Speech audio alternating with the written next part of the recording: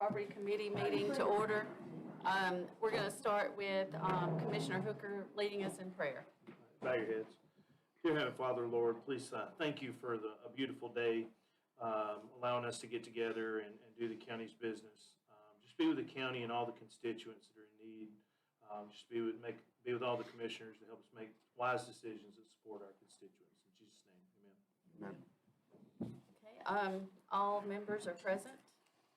The first thing on our agenda is the approval of the February 21st Courthouse and Property Committee minutes. Motion to second. Okay, all in favor? Aye.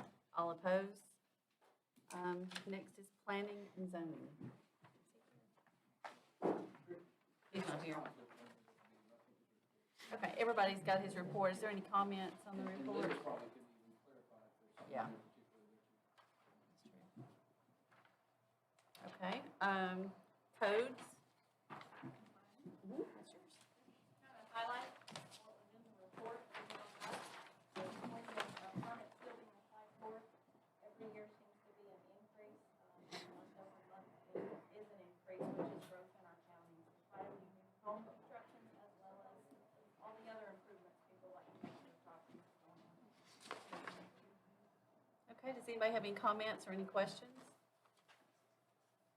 That was easy. Okay, next is IT department, and Josh is not here tonight, but you do have his report. It's attached. Does anybody have any comments on that or any questions? The mayor might be able to. Where are they at with the repairs? I've just been asking every month about where they are with their office repairs. Just in general out there? For the IT, yeah. Yeah, I think they're still waiting on some equipment specifically that they were transitioning out. Some of these teams here. Oh, okay. But the insurance company's adjuster team are the ones that are transitioning the actual repairs. So they're well into it. I think they're ready to focus on the driver's license area. I think was the next big spot that they were trying. But that is sort of being driven by the adjuster's insurance, not as much. Let's say go to this room first or that room first. But I believe Josh and the team got their critical infrastructure back up, but I think they've got some things that were going to wind up being transitioned out because they damaged or they were on the schedule to be transitioned and they're in the process of getting. Are y'all operating back in your original office? We are not. Still in the satellite office? Minor things that they're going to take care of. So we're close. All right, thank you. Okay, any other comments on that? IT? Okay, fire department. Is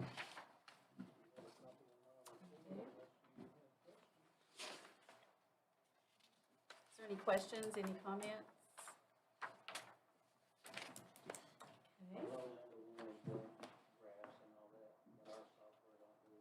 Okay. Gotcha. Okay, and we have the 9/11 report enclosed and the financial report. I don't think he's here. Okay, does anybody have any comments? Go ahead. I sent them a number. Okay. Just kind of give you an update as to where they're at. They retained the architect that the county uses to look at their facility now, adding on to it, and then I think we include the EMA facility build a wing on it, and that will weigh those costs to see what they are. But That was what the original plan was, wasn't it, for them to tag on to that building? Yeah, but we're looking at the dollar figures. I mean, that's a moving target, that number every month. But we have retained, so they're in the process of getting surveys done to see what can be done and all that. So that's kind of where that is. And then Philip will be unveiling some more information about the next generation of 911s. 3 or 4 months. He's going to do a public announcement of where we are. We do meet the state standards and basically ahead of the game. So Okay. we'll be making an announcement. But I want you to know that they are looking at renovating the building or adding on to the these facilities that they're making. Okay. Does anybody have any other comments about that? Go ahead. Sure. talking about potentially bricks and mortar structure or even some of their 911 in-house equipment, that they have funding through the Right. 911 system, so it wouldn't be a direct impact. Now, we are the TACN system that we've already got in place, and that integrates with them, and they've got components of it. But if they were to do a new facility or whatever, they would look at their funding mechanism to do that, and we're gonna support that, whatever makes the most Right. sense. We've got a memorandum of understanding Yes. that we And, have to and of course, you know, they maintain. dispatch for us, but we reimburse them. I mean, those are county employees, they're managing for us in those cases. But the hardware and the building structure, they manage from a different pot of funds. And so that's. Right. Okay. That's still the way it is. Yeah, and the biggest issue with moving is they're already in a storm part of the facility where they're at. We know where you'll have to build a storm part of the facility. Gotcha. Commissioner Thomas is talking about. That's where the expense, We yeah, may still do that, but it just depends on the building process. That's why we're having that option. gotcha, that makes sense. Okay, any other comments on 911? Okay, GIS, Don't have much to add to the report unless there are any questions. I'm happy that I've heard that, some of the commissioners have been using the citizens guide. I was not happy to do that. Other than that, if you have any questions. any I'd questions? like to comment on that. The new city mayor really likes your format. Sorry? Mayor Carroll likes your format. The city should do something like that. So good job. It is really nice. It's very, it's something that was missing. We didn't realize was missing, but it was. That's awesome. Any questions for John? Okay, thank you. Okay, I'll entertain a motion to approve all reports. Motion to approve. Second. Okay, all in favor? All opposed? Okay, and as far as, I don't know that I really have any other reports, but for old business, the first thing on our agenda is the committee meeting space. I know that everything's been kind of reconfigured here, it looks like. Yeah, we're testing this out with you guys to see what you think about it. If we decide that there's about 20 chairs easily more that can be added into this sitting environment without really cramming. And if we decide this is the format and the direction everybody can be comfortable with, Josh's team talked to me about we could actually mount the camera from the ceiling, and that would again allow us to have more seating there. And talked about through the switchboard what these guys are doing over here for us with mixers, I guess is the term. They could have mics in the ceiling, and we dial it up when people stand up and talk. So again, trying to make sure the public has the best chance to hear exactly what's being said when the audience is engaged versus just you guys in front of us. So this is about 45 seats, and there's another 20 easily. I just don't have them at the moment that we could do that would make this. It seems to have opened up more space and again opportunities to clean up even a little bit more from this. It seems better to me. Can I ask you a question? So you think that they could put cameras in your station? Yeah. And then maybe somewhere where the public could speak right here? Well, we could, or whatever you want to do. You've got a podium or Because whatever when you you want. hear it, the replay, you know, they're doing the best they can because. Yeah, but that's why we're saying we would put mics in the ceiling, and these guys, depending on what section is talking, there'd be an omnidirectional, whatever the term is, and so they'd be able to pick it up. You'd hear it just like they were standing in front of the other. For those that don't want to get up and trot to somewhere, where Otherwise, now you're gonna knock this wall out. can't knock the wall out. Above there. Yeah, and a whole different, but that puts us at about 60+ seats in here. And again, obviously, just as always said, if we know we got an event situation where you're gonna have an extra ordinary crowd, obviously, we just transition for that particular meeting there. I like this, Mayor. I mean, I really do. I think it looks a lot better. That's the HVAC system, and it used to be the phone system or the electronics whenever this was the clerk's, the court clerk's office. And that room could probably be shrunk to be some smaller, but there is a component of it that would need to stay because it's the HVAC system for this room. So there's little things that we can do that will enhance it even further if we think we're heading in the right direction. I like what you've done.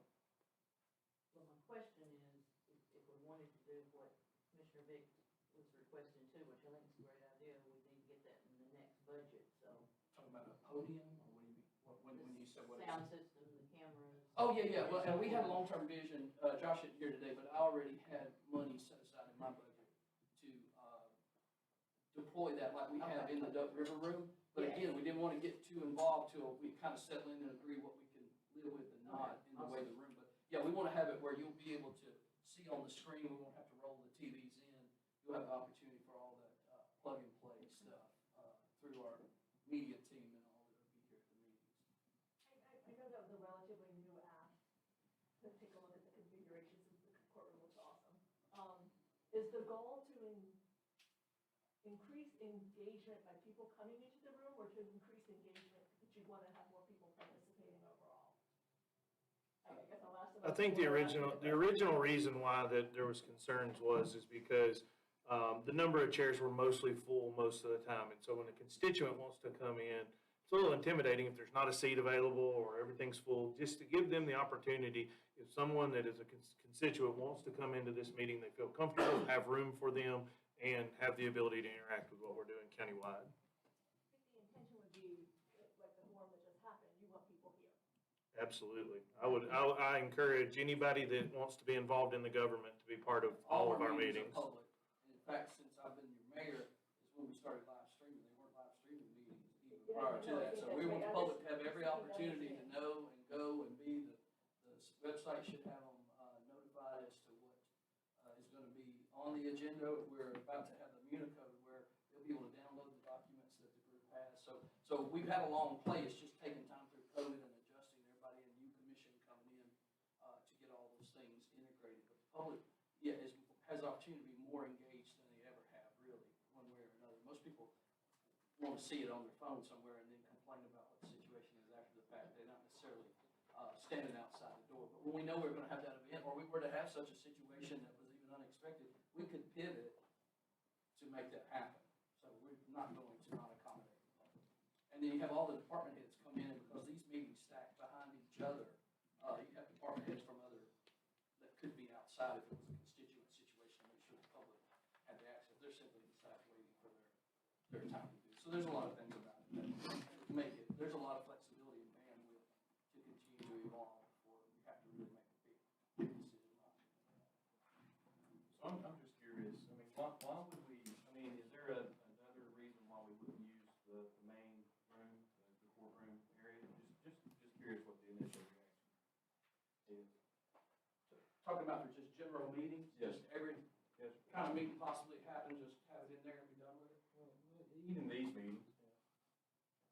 So the thought whenever this was all being worked on was, one, this space was restored historically, and the general common use space would not be, just like the incident, it was just an accident, spilled on the floor. Well, that would have been scattered all over the room in there to be cleaned up. And again, it doesn't mean it's not going to happen even whenever we have a commission meeting in there. But when you have general committees and people in and out flowing, you don't have as much,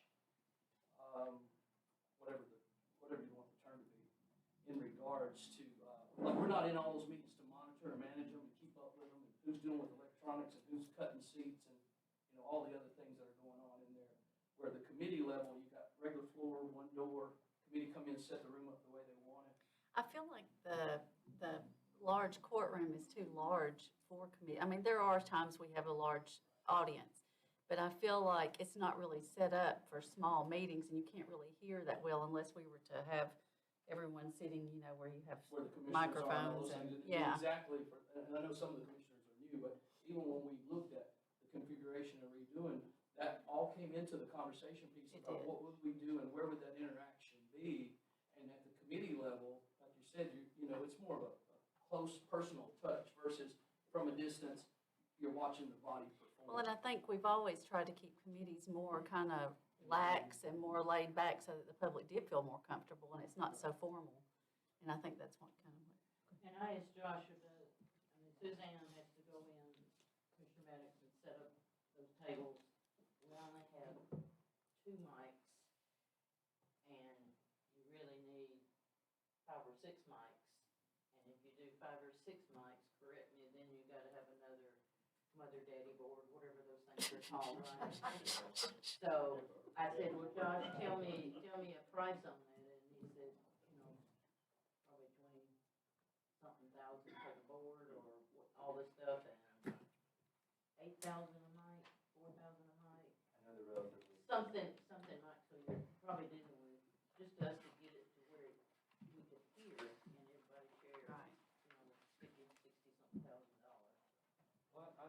appreciate that, Mr. Yawkey. I guess my response to that is, I mean, the mayor had already mentioned that he had budget to increase the audio, video here in this room, so it seems like we would have the budget to do whatever we needed to do next door. I think it'd be a lot more expensive than that. Quite room. frankly, to me, it's almost, with us not using that room, it kind of reminds me of, a couple building a humongous house and they only use 2 or 3 rooms because they don't mess the other room up. So, it may be a bad analogy, but at the end of the day, I feel like the people of Bedford County paid for that room.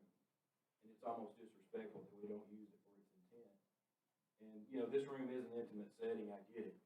But, we can see here tonight that it's packed. I know that the mayor kindly said that we can squeeze 20 more chairs in, and that's understandable. But if we really want the community to come out and be a part of these meetings, it has to be as inviting as possible. That's my take on it. I feel like the room's there. We need to use it. People paid for it. Let's use it. Appreciate the time. Okay, let's move on. Another old business item that I spoke with the mayor earlier about, and it's something we need to discuss to get into budget time, but it probably won't happen this year, but it'll be something we need to start thinking about, is the juvenile detention situation. It's kind of, I was looking up, I actually sent minutes today to the mayor of, where we started with this and where we are now. So back in 2020, we had an initial meeting. We had a special committee that was formed, and we discussed that, whether or not we wanted to continue to house juveniles here in the county or if we wanted to send them out to other counties and what was going to be most cost efficient. It's not a real easy, what's the word? I don't want to say problem, but basically there's a lot of different factors that go into that. So we met again last year. With the judges and with Nicole Cashin, who's retired now, and with Lori Schuler and with Kelly, and we got some pretty hard facts and figures, and I have some pros and cons that we came up with at that meeting. And then the data has changed since that meeting because we increased our rate of what people are paying to come into our juvenile detention center now. So I've got to get those current numbers from Robert and Lori. And what we thought we would do, I talked with the mayor, and we thought maybe what would be best is either our committee or any commissioners that want to meet on it, maybe we provide all the information to you in the next week and everything that we have, and then get those current numbers. And then anybody that wants to meet like an hour before the next commission meeting, would that work for everybody to kind of review it and go over it? And let us start thinking about it. Task force right before Oh, the okay. commission. I mean, I don't know that everybody's involved in that, but does anybody have any other suggestions of when we would meet? If I can say something, you guys are pondering. Go ahead. When I was talking with Julie today, we've just been teetering on, and the county has got to make a decision. We're going to be in the business of housing or we're not. Now, it's not as simple as I need you to make a recommendation to the commission tonight that we house or not house. It's more complicated than that. They keep fumbling with this, but we're at the point, as you got to hear from the juvenile detention folks that are running the facility. The facility is deplorable. It continues to degrade. It was a bad setup for a long time. It was a good short-term fix, but it really wasn't the long game. And it's really went past its lifespan, the physical facility. The question then at the fundamental boil-down point is does the county want to or recognize that it's in their best interest, however you determine best interest, to house them or not? Because then that sets in motion then what will happen over the next months, possibly year, of budgeting and processing to develop a plan that will then carry us the direction you wish to go.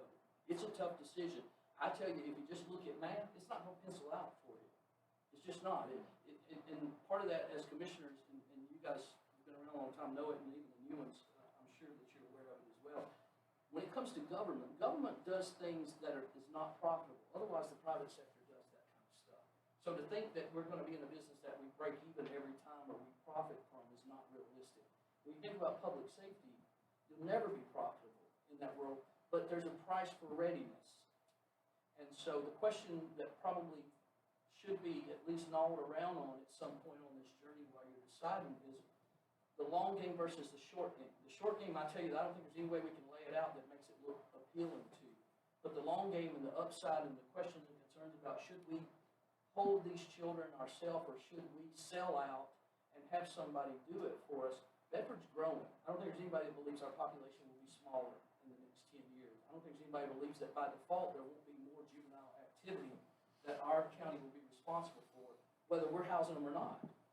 And if you totally get out of the business, and that may be what they wish to do, once you sell out to somebody else who's going to house them for you, then as their needs grow, you're not necessarily going to have a place for your children to be.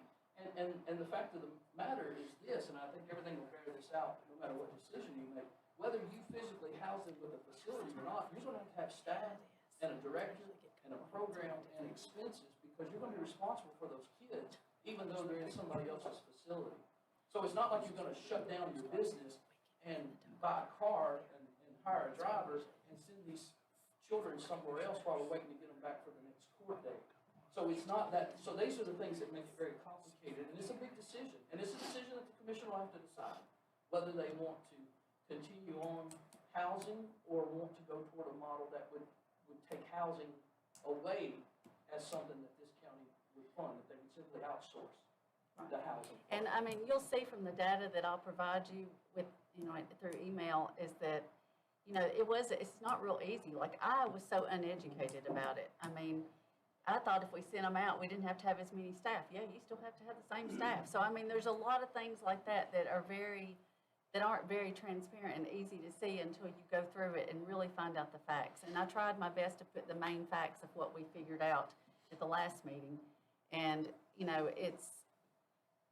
to me, after looking at it all with the last data, I had a pretty clear picture and what I felt like was the best. But I don't ever want it presented to you all like that. I think it needs to be hard facts, and then you all decide whatever you think. And even if, Totally you decide to go unbiased. the road of not holding or housing, even whoever we think we can have a contract or agreement with to take our children will be subject to the fact that they have availability. Right. And whatever the rate is will be what the rate is at that time. But once the supply and demand puts you in a situation to charge more for that bed, you're either then going to pay whatever the freight they say is, or you're going to turn around and then try to get yourself back in the business. So that's why I say there's a long game component to this. There is. And it's hard to measure. You can't put dollar values on making sure you know where your children are and what their educational needs. And Linda and those guys are in tune with that regularly.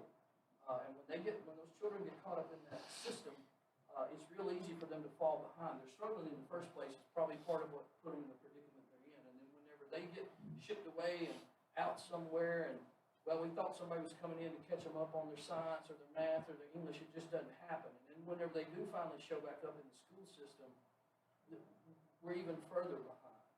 And so, again, I'm not saying which direction you want to go. It's purely a decision by the commission. But it's not as simple as saying, well, we don't make money on it or we can't recover our costs on it, so we shouldn't do it.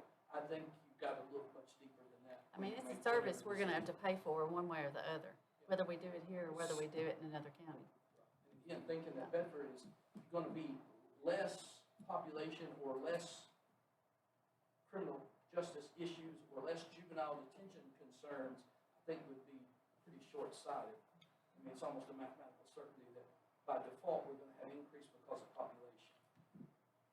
So as we're talking about through this and basically gathering facts, I think some questions that need to be answered early on is there any other counties within the state that has built one of these facilities, and roughly what would that cost be? Because that would We've give us. already had the architect do Okay. this. We've already got a spec.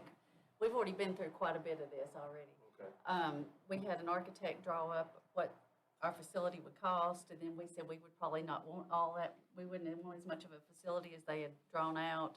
So, I mean, there's been a whole lot that's been done. Okay. And so all that will be provided to you all. And but there's still going to be a lot of questions you have. So I would really like to set up a meeting somehow with all, anybody that wants to come on the commission, and then, let the judge be there and let Kelly be there and, all your key people that can answer the questions you may have. And what do y'all suggest as far as meeting time? I mean, Month tonight of the finance meeting, right after the finance meeting. Because they meet early. Planning and meets then at meet right 7. after that. Planning meets at 7, I think. So you could get it in between that, but it's gonna be a drawn out process. It's not gonna take time. It's gonna take a lot of time to get there. Yeah, I don't know. Do it on a different night. What about, okay, if they're meeting from 5:15 to 6:15 for the homeless, we could probably start it at 6 and be done by the time we do commission at 7, don't you think? There may be a lot more And questions. it's like Drew said, this is. Yeah, you think it's gonna take longer than that? One, you We have a gotta- lot of you gotta information, though. absorb all this data and that you're gonna get. And then there's so much, which is, where my heart is, that you can't put a dollar value on, of the things.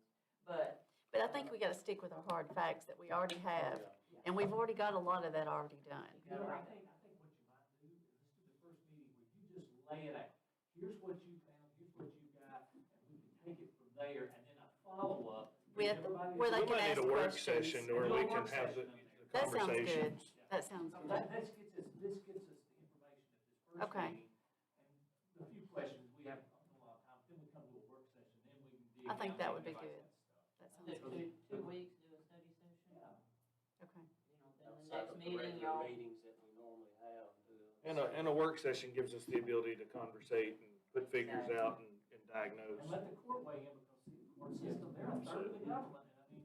Yeah, they're gonna need to be there when the question answer part. They're in there too. Okay, so when would y'all propose that I present what I currently have? Next commission, then at 6 o'clock. 6 o'clock work? Commissioner Hooker's. And I'll request my committee, maybe we can bump it back down to 5 to 6, and then we can be That done would at be great. 6. And then that way we could be able to get all in. Okay, do we wanna meet in here right afterwards, or we wanna do the Duck River? It probably won't be big enough. I'd love for y'all to come to the homeless task force, y'all can come to both. Okay, so we'll just do it right after the homeless We meeting. got plenty of 6. seating now. Okay, So is that the 11th that you're talking about? that is the 11th, yes, at 6 o'clock. Hooker says 5 o'clock. Yeah. Okay, does anybody have any other old business before we move forward? Okay, for new business, Sarah Hooper is here. You're familiar with her husband, I know, Shane. But she has got a project that she wants to discuss with us, and she's gonna take over and present. I'm really glad to have followed that conversation. Thank you so much, first of all, for letting me interrupt your meeting tonight. So I'm very passionate also about gaps in the housing market and people that have fallen through various cracks in the system. And this is a housing organization that I have been a part of for a number of years now. This is a nonprofit organization. We're based in North Mississippi, in Tupelo, but we've been open to residents across the country, and we've been open now since 2015. It's called the Talbot House. And we were born from a lady. This is her. Her name is Becky. She was working in an inpatient rehab facility that treated both men and women back in 2015, and she was constantly struggling to find housing, permanent housing for women who were completing their stay in rehab. And it was it was a constant source of stress for her and for the women that were transitioning out of rehab, because most of them had the option to either go back home to an abuser, to go back home to live with someone who was in active addiction, or they were about to leave rehab with nowhere to go, which was them in a situation of homelessness.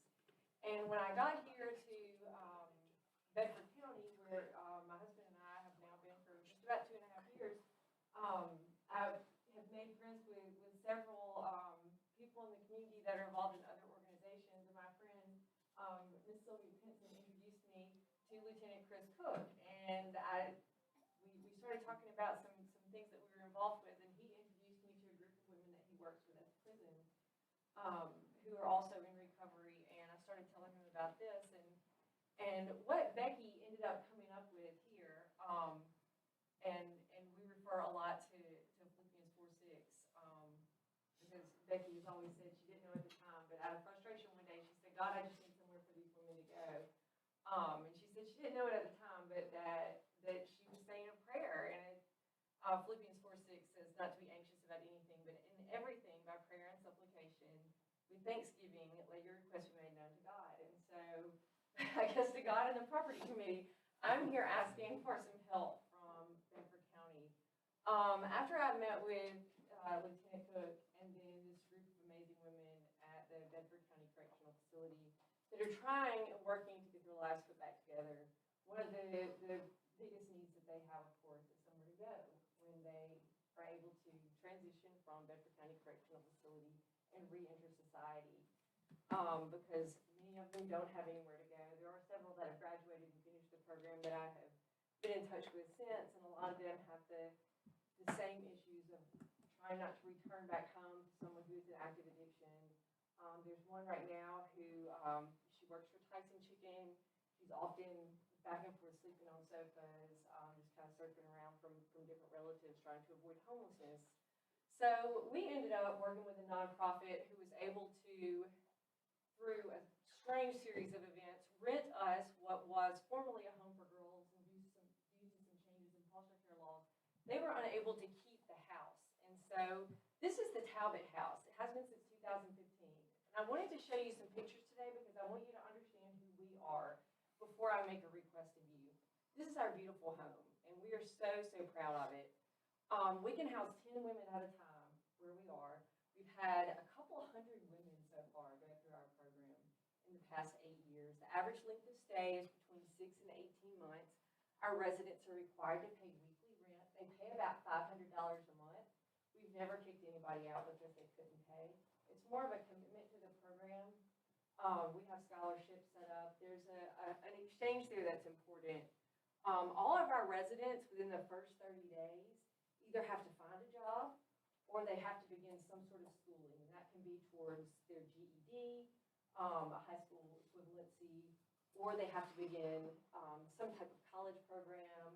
We have a partnership with a local community college there that's kind of like TCAT. They have great programs there. And then we also started our own social entrepreneurship program. We have a bakery now that has just gone gangbusters and is amazing, and it kind of factors into this conversation too. But our residents also have to attend therapy, they have to participate in recovery meetings, and they're subject to weekly drug tests and then any type of random alcohol or drug screenings that the house manager feels is necessary. So these are some pictures from inside the house. I just, again, wanted you to see the level that we provide for these women and that we require them to maintain. More pictures. We always have dogs and cats. There's just a lot of animals. This here is a computer room. So there is technological access for women who are doing online courses. Several of the women work and are completing degrees. And all the rooms are double occupancy, which is an important piece of the recovery model. It's kind of that, but most rehab models do that. This is our current house manager. Her name is Heather Pope. She was one of our first residents. Since she graduated from Talbot House, she actually regained custody of one of her children, who is one of the most fun and precocious young women who we've watched grow up over the past almost 10 years. But Heather is currently back in college at Ole Miss, finishing her master's in social work, and she'll soon be our first in-house licensed therapist. But she's been a house manager for about 5 years now. We maintain a very strict curfew. We have zero tolerance policies for drug use, violence.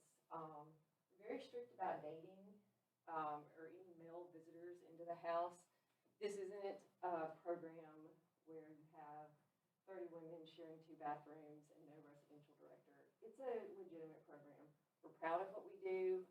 We require a very high standard of behavior and, activity from the women, and we believe that's why we've been successful. So the house opened in 2015, and then right in time for COVID, we opened our first retail bakery. So we opened a restaurant, and then about 5 minutes later, we had a pandemic, which was really exciting.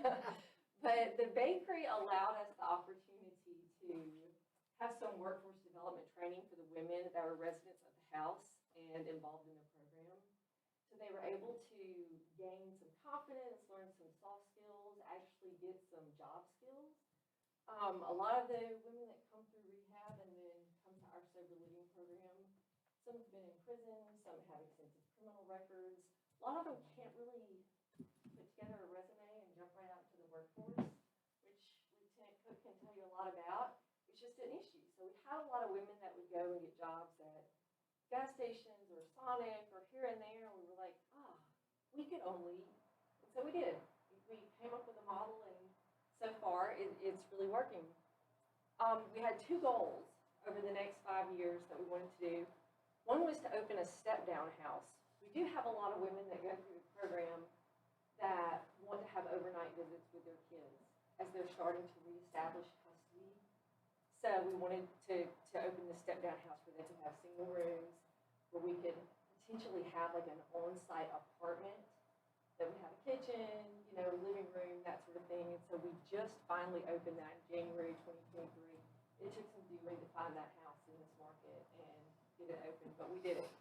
So that's a 4-bedroom house with a downstairs apartment, and it's amazing. Those are single rooms. It's beautiful, and we've got that up and going. There's a tree in the backyard that's about to lean over onto the house. So if you know anybody with a tree removal service, we need a donation. But also this spring, we finally opened our production kitchen. This bakery became this amazing front door to the community, and so can't really advertise a residential treatment program because you don't want people coming in and out of a house full of women. I mean, we respect their privacy and their safety and all of those things that are important. But the bakery, the retail bakery, was just this amazing place to say community and recovery and celebrate, and all these people are here together. Well, all these amazing businesses in the community started saying, hey, can you provide bread for our restaurant? Or Toyota came and said, why don't you guys stock our break room? And then the hospital came and said, could you provide, these things for our, cafeteria? And we're like, of course we can. Sure, that sounds like a lot of money, but we absolutely could not in our small kitchen. So we built and opened a production kitchen, and we just got that open a few months ago. So these are some pictures of the retail bakery. The lady that runs the retail bakery is a former resident, as is the lady that runs the production kitchen. So all of our employees, all the ladies in management now, they're all former residents. And it's just amazing. It's women helping women. We're all working. This is one of the walls in the bakery right now. This is the Lawndale house that I was telling you about, where we've got the single rooms. Not everything is finished in this house yet. We're just proud to get it open. This is the production kitchen. That is all cookie dough, chocolate chip cookie dough, and it is amazing. And they will not let you take a Ziploc bag full of it out of there. They are extremely protective about this. This is one of the local grocery stores that we supply cinnamon rolls and cookies to in their display, and it's amazing. So now this is helping us to fund our program. So the women that are working in the production kitchen and the bakery, they're making money, they're getting job skills, they're getting management training, and they're also helping to fund the organization to help them, and it's doing all kinds of amazing things. So this is the property that I've identified in Bedford County. It's the old RC cola plant. And there are a lot of reasons why we like it, but there are a couple in particular. The first is this front window here. It's just screams amazing bakery, and I can just imagine driving down Lane Parkway and you see Gary King's building just a couple down with all the cool old cars in the front. But it just looks like it would be such a great front door with our bright green wall and cinnamon rolls and chocolate chip cookies in front and all these wonderful women working here. And there are even some remnants of a commercial kitchen that was there before that was maybe for less happy times. So I did take a tour and walk around and look at the building, and it does have some infrastructure still in place, but it is certainly not without its challenges. It's going to take mostly a complete big gut job. And I've shown you kind of the level that we would employ to house these women in. I apologize. These are just some more pictures of the workhouse as it is now when we were touring through. This is the kitchen. So as the layout is set up, it would allow us the opportunity to have a production kitchen there on site, as well as a cafe and bakery. But then there's some separation between that and what we think we could build in the back as far as residential units. And the reason that we're asking very kindly for a donation of this property as opposed to buying the property is because I don't think with the cost of equipment and labor right now that we could do this for any less than $250 a square foot if anybody else is in building or construction at all, which easily puts us at more than a $2 million investment in this property. So the services that it would provide to the community in terms of the women that we would be able to help is, first of all, invaluable, but it's really not something that you can't put a number on. When we're sitting here talking about homeless services, I don't know what number you guys have come up with for a cost per person in terms of what you spend in terms of homeless services per person. We know that women who are transitioning out of correctional facilities or women who are struggling with addiction are at extremely high risk for homelessness. And a homeless person in a community can easily cost the community anywhere between $35,000 and $100,000 a year in terms of city services. So there is a cost associated with not investing in preventative services for those types of measures. And I'm not saying that every woman that leaves prison is going to end up being homeless, but there is certainly a measure of prevention here that is, worth acknowledging. Second, one thing that we absolutely know for sure is that supportive recovery programs work and that they work exponentially. That having this beacon here, this sort of center of the cone, won't just impact the people inside of it, but the size of this space will allow us to have community rooms, it will allow us to hold meetings, it will allow us to have outreach programs for youth and for other people who are at risk of addiction and risky behaviors as well. So, that's what I'm here to ask today, and I'm here to answer questions and. I have a question. Mrs. Hooper, would Talbot House be the owner of that facility or the manager of that? We're asking for you to donate it because of the amount that we will invest to renovate this. I mean, we're gonna have to put in a lot of dollars. That's why I'm asking. We know It's that. gonna be a $2 million. Yeah, I don't know how, I initially had hoped that we would find a property that we wouldn't have to spend more than $1.5 million to renovate. I don't think that's gonna be the case. What I'm hoping with this is that we would be able to stage this and do it in phases, because I don't know a nonprofit off the top of my Do you head that can think, walk in and and of do course this. the commission has to make the final decision, but do you think you'd be amenable to a long-term lease as opposed to an outright gift, where it was a very affordable price was made, but we don't lose control of that piece of property? Well, I do, but at the same time, I would ask for consideration because this is a long-term commitment on our part as well. And this is not,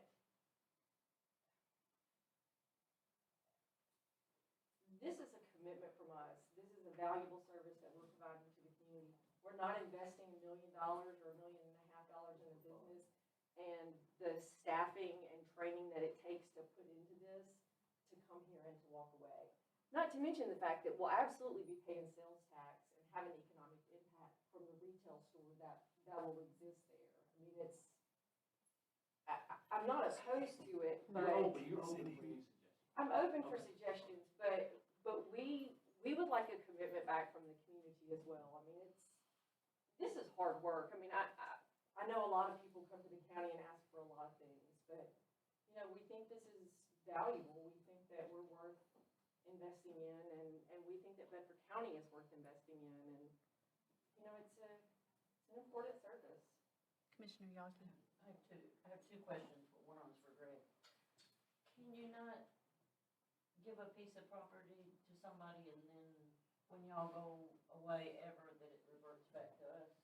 Like we did the health department and The fire department has that same It's a thing, reversionary it's a clause. reverse thing, like the so it's properties. yours as long as you're there, and then when you're And then gone, then if you you know, ever and leave- We can agree to never sell it. Okay. Yes. Yeah, That's- well, it's not an agreement to never sell, is if you ever vacate the property, it reverts back to the original property owner.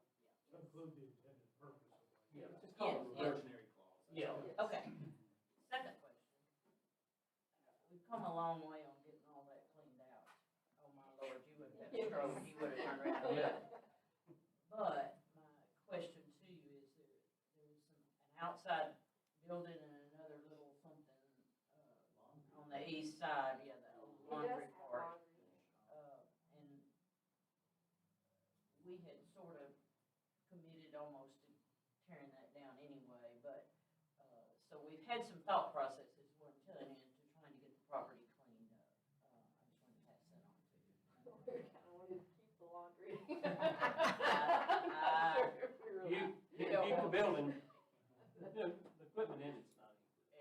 I mean, we wanted to look at tearing that concrete out and making a garden back there. Exactly, You know, exactly. It I mean- needs, when we do one bulldozer, we'll just come on. We don't want you to walk in there and to be able to tell from the residential portion of the program, we wouldn't want you to be able to tell it was a metal building. I mean, I just wanted you to have know that. Okay. You Mayor? had a stroke and saw that building. I think it's an interesting concept, again, it's certainly something the commission would make a decision on the property about. Keep in mind currently, though, that is where surplus is being housed. Right. Now, surplus, when I took office, had been in the old gymnasium of the Harris Middle School, which wound up ultimately getting sold, and we transitioned in there with surplus. Now, it's way larger than surplus should be, and I know myself and several commissioners, Linda and all have talked about, we envisioned more of a more streamlined surplus model for the county. It's sort of like a closet. The bigger the closet, the more you put in it before you clean it out. But right now, because we were in possession of it, that became the default whenever the gymnasium was sold. So if you were to explore anything like this, whether they pay something for it, you give it to them, you lease, whatever y'all figure out, we're gonna have to understand that there's gonna be some cost associated with putting together our next surplus facility. Now, there was early conversations, as simple as, almost a pole barn type style that basically had two doors, one on each end, stuff coming in one end, and comes out the other end. And wouldn't be, we're not talking about building a $1 million facility, but I'm just saying, I'm not aware that we have any other fallback building at this time that could become surplus. So in whatever model, vision, conversation, concept that you're dealing with, we would have to understand that we're gonna have to deal with surplus. We can't not have surplus. So, Mr. Mayor, we're mandated by statute to handle surplus. We can't. Oh, yeah, absolutely, that's what I'm saying, but we Right. can't not be in the surplus business, but it doesn't, but it's not, it can be where you wanna put it and account for it. But we pull in over $100,000 a year in surplus sales. We are pulling in money, and yeah, that We're could doing- certainly go to We're doing that. triple what we used to do because Right. it's organized. If Absolutely. we build to build a pole barn out of those funds, if we had to, Oh, yeah, I'm just saying to you though, that Well, I think there's going to be some expenditure to get someplace for surplus to go, and that can be as elaborate as you want or as simple. I think before we get too far down this road of committing anything, I think we need to get some figures to identify what could be that next solution, so we can make a good decision before we give up a facility that is costing us. Give it Yeah. up without knowing what you're Absolutely. So I think we this probably would need to make head this down committee that to road. study that. That would be a wonderful thing. So maybe if everybody would take the time to be thinking about all this, and then we can revisit it again next month. Real quick. Making the decision, you guys have an idea? We don't. We had things that we wanted to get wrapped up. Like I said, I have known for some time that I wanted to come ask, but we've been trying to get the production kitchen open. As you know, there are labor shortages.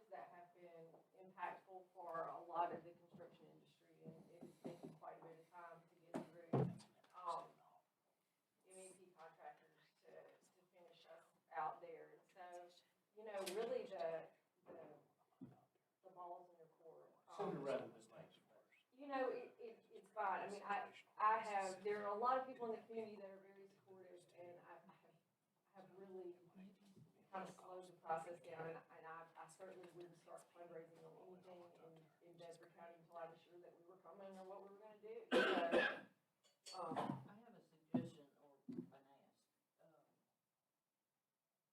to let her come on to finance Tuesday night and hear that, hear that there also, but it's this committee's decision about the selling and so forth and so on, but would that be all right if you would come to finance next Tuesday and do this same show? Well, I can't believe it. ever. Okay. Well, we'll do the next one. Thank you. Well, and there's a potential launch point for surplus, for a conversation for this body to consider. We identified that out at the medical arts facility where we're at, there's some ground that's on the side that the highway department is, there's grass past our paving Right. areas. That there was some early discussion that we potentially could put a pole barn system there and have surplus ultimately wind up out there. Now, I'm not saying in the end that's where you wanna go, but if for some reason this finds a lot of attraction and you get eager to get on a plan, you could at least start there by looking about whether you think that's something that makes sense and what kind of money it would cost to do it. So we do have some fallback options to do something if you want to, but we don't have a current, we just simply send trustees over and get this equipment and we just put another building like we were able to do when we sold the gymnasium and pivoted here. I would ask if people aren't horribly opposed to this and freaking out in any bad way, which was my biggest fear, it would be helpful if I could get some folks to really come and look at this and start giving me an idea about cost, and that I can actually get an architect and a contractor in there. We did that when we looked at. Yeah, we had- the juvenile. But it was mostly looking at it as a juvenile facility. Juvenile. I mean, I just need somebody current to get in there that is looking at, I mean, prices in the past 6 months have changed so dramatically. You know, Right. since, I just want somebody to get in there and tell me what they think I'm realistically looking at price-wise, so. I think it's a great program. I assume y'all are a nonprofit organization. We're a nonprofit. You're nonprofit. Things that I think would help go a long way with the decision. Willing to put forth like a document showing y'all's financial situation, Absolutely. showing like donations, income, liquidity for money, and possibly timeframes on how long it would take y'all or to renovate everything. I mean, are we looking at 2 years, 3? I No mean, idea yet. I know, just information like that Yeah. that would come along and be helpful. With that, I'm kind of thinking the commissioners that aren't here, that may not be at finance, it wouldn't hurt to put together like just a proposal explaining everything so it gets sent out to all commissioners so they could be reading on it and so they could, be thinking about. So before I can Consideration. really put together some numbers, and I am just a stickler for, I really would like to have a current assessment. I would like to have an architect and a builder go in and take a look. I don't have any idea if I can do this in 2 phases would make all the difference in the world. And if I could do this in 2 phases, then it might really solve the issue of surplus moving anytime within the next, near future. Because if you could just shift everything to one side of the building. I don't think so, they're not secure, I mean, we got the ability to block the 2 sections, and it's not like high value or sensitive. Right, I mean, It's surplus, it's gonna go to. we're gonna be more concerned about the women and their security than I think. I mean, there wasn't anything in there. I mean, it's not super secure now. So, I mean, if we could transition that might be something to look at right now. And they certainly could have a much smaller footprint for true surplus even in that building. Right now, it's just scattered because it's Yeah, I scattered. mean, that's what, like, I took pictures of just like the surplus is not in the whole building. It's not all over the place. And where it is, I mean, it's Down there surplus, on the it's end. scattered and, some of the rooms are empty, some of them aren't. I mean, So from this committee to be able to give you the ability to start putting together some figures on your side, I mean, what are you requesting from us? I don't know, I just wanted y'all not to say like, get out, so. I mean, I think that, Before I paid anybody to come I don't in need there. to- Have somebody come in there if y'all are okay. I think that's I don't think completely. that's gonna be a problem at all. No, I think Okay, don't Yeah. do it, Obviously- say like Yeah. crazy woman go, then, I mean. No, I think this is I a think great potential of an idea. I just think we have a lot from our county side. We have to weigh from the financial side of building another facility, and then also the value of the property versus do we have any other needs, things like that. So I think this is definitely a potential thing that could be great, but I think we just need to get some questions answered. And I did want to clarify a few things about our program, if that is okay. We are very good at what we do, and what we provide is sober living for women who are transitioning from either rehab, that have already spent their first, I don't know how familiar anyone is with the rehab recovery system. There's detox, and then there's recovery, rehab, and then there is sober living. A lot of times, you might go to a halfway house, similar to like the Tony Rice Center. We do not provide inpatient rehab. We're not a medical facility. We don't provide homeless services, and we don't provide domestic abuse crisis services. Those things are wonderful services, but they're not what we do, and they require a different level of either medical attention or security than we are currently offering, and so that's not what we do. We have a wonderful sober living program, and we help women transition from rehab or the correctional system who have already had some period of sobriety, who have already started into, some type of 12-step program. And You had another question, didn't you, or comment? It's okay. Yes, you. Yeah, I did actually. So I am an employee of Bedford County. I'm not affiliated with the Talbot House. But had you brought some of those chocolate chip cookies to me, Our that's the most amazing thing I've ever had. But listen, I am the program director. We have gone from not offering any programs to help people that do not want to come back to jail. And sitting and listening to these women for a year now, when Miss Sylvia introduced me to Sarah, I did not know what she did, but she asked me, what is the biggest need in Bedford County? And I said, by far, nothing else is close. It is, we need a sober living facility for females. They have made a commitment to change their life. They work hard. I wish some of y'all would come and see what we're doing. A few people in this room have. I'm not exaggerating this, am I, Sylvia? The things that they have done are amazing. But you can go do your own research. You don't have to take my word for it. If you wanna know the chances of a person not coming back to jail, they need a safe place to live and a job. Education is up there, but it's a little bit below. Those first two things are the most important two things. They need a safe place to go, and they need a job. If not, they're gonna revert back to what they know, what is comfortable, where they are accepted, and it generally almost always involves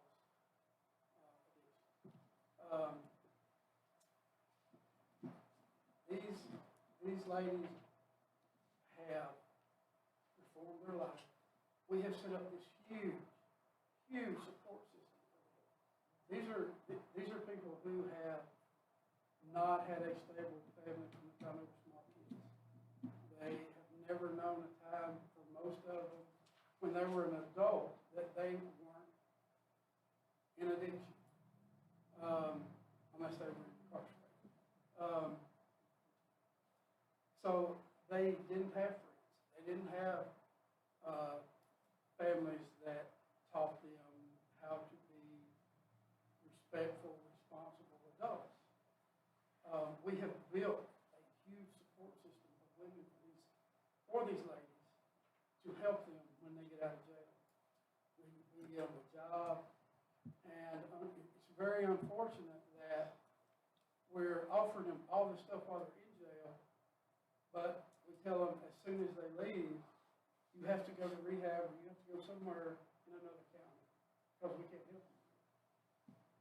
And that is a big problem, for what I do, because one of the reasons she asked me, she asked me, did I know a place, and I actually told her I know the perfect place, but, you know, this building, it's right down from Tyson. Is Tyson a career I want for these ladies? No, but it gets them working. It gives them the ability to save some money before they get out of jail. They pay off their court costs and fines. They get to legitimately make a fresh start. And so, they can stay in this community. They have a support system. They have a job. And that is why I can't tell you enough. This is a really important thing. Thank you. Well, Mrs. Hoover made a remarkable presentation. I think it piqued everyone's interest. I think we have to decide as we go through this process, but I think we did, I know Linda, the mayor, and I, when we were looking at converting this into juvenile, we had Klein Sweeney come do some they work did. for us. Have you got that report, or think we? I don't have it with me, I but mean, I'm we sure have- he we has have it. that. Yeah, we have it. I have the as. You got that, okay. Well, I have the as-built, I have the drawing. Okay. I need some look at I need a little bit of a review of the building envelope, because I believe that's changed some, there's some heavy water damage. I need to get into it. It's gonna be a I gotta challenge. look. It's gonna be a I challenge. mean, But it's better looking Did you than have some? yeah, I mean, the bones are there, and the way that there's some MEP that's built in that makes it really accessible to be able to build the interior in a way that could be really pretty And and it's a safe. And Commissioner Sanders, we've rotated the surplus around to where we know We we're have. gonna have to do something with the surplus Right. sometime. It needs to be part of it, Don't need to keep yeah. that property if we're not gonna use it. And Right. so, something that Drew sparked my thought on, we're gonna have to do something with surplus anyway. Right. At some point in time, we've Right. done that. Commissioner Thomas had something. Go ahead.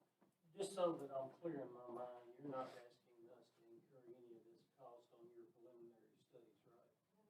Okay, No, I got that. okay. I just don't want you to kick me out of the building. Don't call the cops on me. Okay, I'm gonna go ahead and move forward, because I know people are trying to get out here and get to dinner. What is the wishes of the body? What do you wanna do from here? Do we wanna defer it till next month and think on it? I think we need to defer it until we get a proposal, but I think in that time frame, we should give her access to the facility to be able to get her architects or whatever information she needs. I agree. Okay. Any other comments? Any other announcements? Okay, I'll entertain a motion to adjourn. Make a motion. Second.